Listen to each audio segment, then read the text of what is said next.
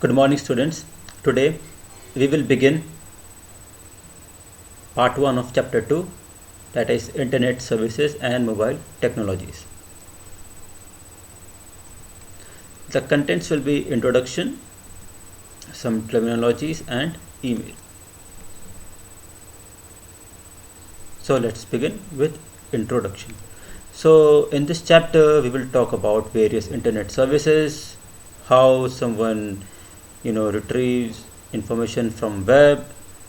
We will also see what email structure is and how it looks like, and we'll also talk about how search engines work, and later we will study some protocols.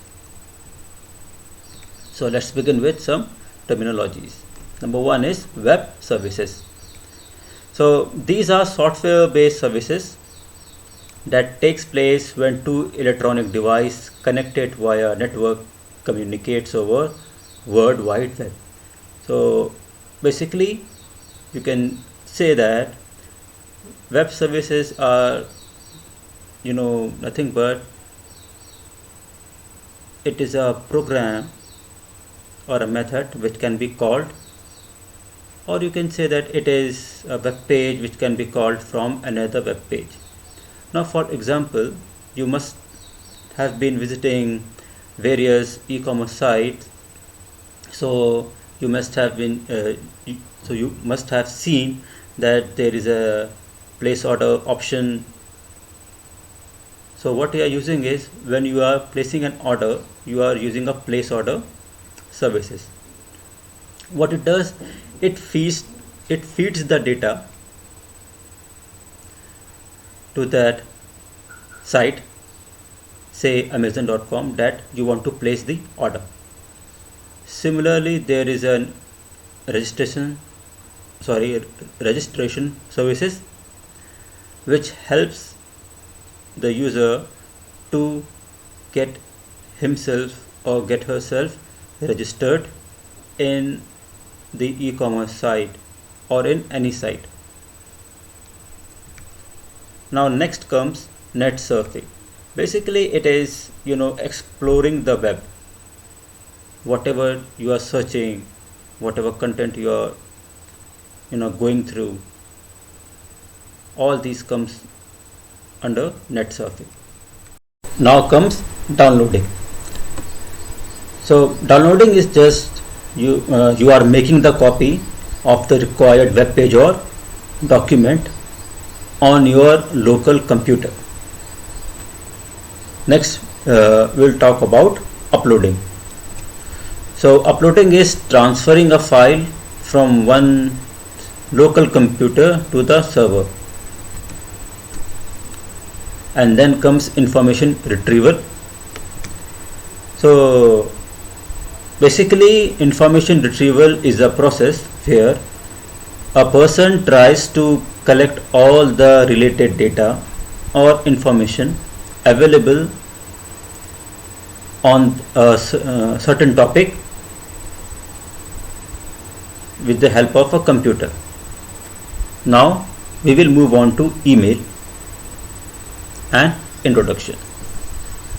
So email, or you can say electronic mail, it is the most widely used method to send messages to someone electronically on a network. Now for sending these messages, one must have an email ID or email account. Your email ID or your email account has the following form, which is username at hostname or username at domain name. So this is the example of what an email account looks like, abc@gmail.com, where abc is your username and gmail.com is your host name, or you can say it is the domain name. So now let's see the email ID structure once again. Now before understanding it, just see the syntax of the email ID, which is username at hostname or username at domain name. Here, as you can see, that username is on the left hand side of @ symbol, or you can say @ separator, and it denotes the name of a user. For example, it could be ABC Raj John 3. Now you have to remember that username cannot be blank. Next comes the domain name or host name. So it is on the right side of the @ symbol or @ separator, and it identifies the server or the host. For example, your domain name could be gmail.com, yahoo.com or hotmail.com. Now in exams, the questions are asked where you have to find the username and the domain name in a given email ID. So let's see one such question, or let's see a question based on it. So here you have an email ID which is trickster10@hotmail.com or trickster10@hotmail.com. What you have to do is you have to find the username and domain name, or you can say host name. So what we will do here is, first we will write the mail ID, and after that we will write the syntax beneath the mail ID, and then we will compare the syntax with a given example. So what we see is that here your username is on the left side of @ symbol, so trickster10 will be your username, and your host name or your domain name is on the right hand side of @ symbol, so hotmail will be your host name or domain name. So this is how you will be solving this question.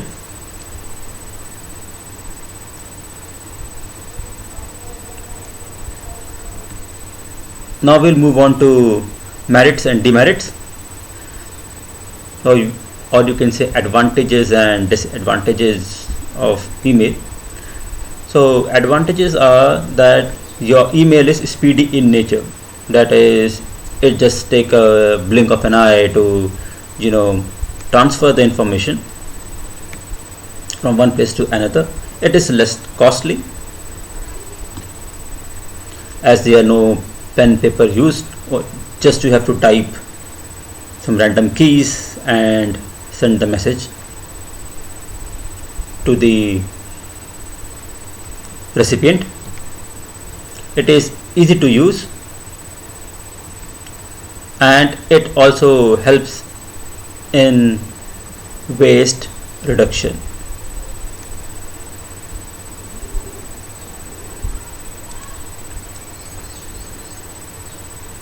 What it means that if you are not using the conventional ways of sending messages, that is through a note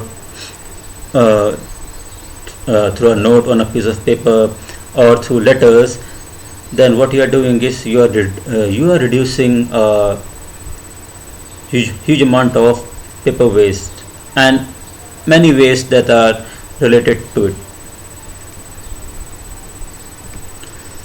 The limitations, or you may say the demerits, is that for sending the email or for using this kind of services, one should have a computer and internet, and that person should have a mail account. The second disadvantage is that the written information be it in a letter or be it in an email. So here it is very hard to convey emotions. And for using these kind of services, one should be computer savvy. That is, one should know how to operate a computer, how to create an email account, how to send email, all these things. So we have reached the end of the topic, and I hope that all these things, be it email, be it web services, uploading, downloading, information retrieval, all these terms must have been clear to you by now.